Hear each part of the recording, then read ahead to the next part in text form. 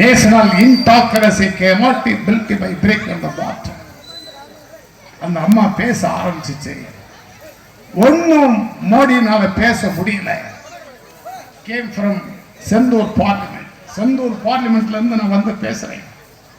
From Tamil Nadu, son of doctor Kalaignar. கலைஞருடைய மகன் நான் பேசுறேன்.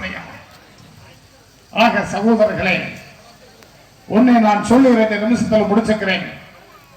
வரும் காலங்களில் திமுகவை ஆட்டவோ அசைக்கவோ முடியாது. அதுதான் அதற்கு ஒரு கணக்கு இருக்கிறது.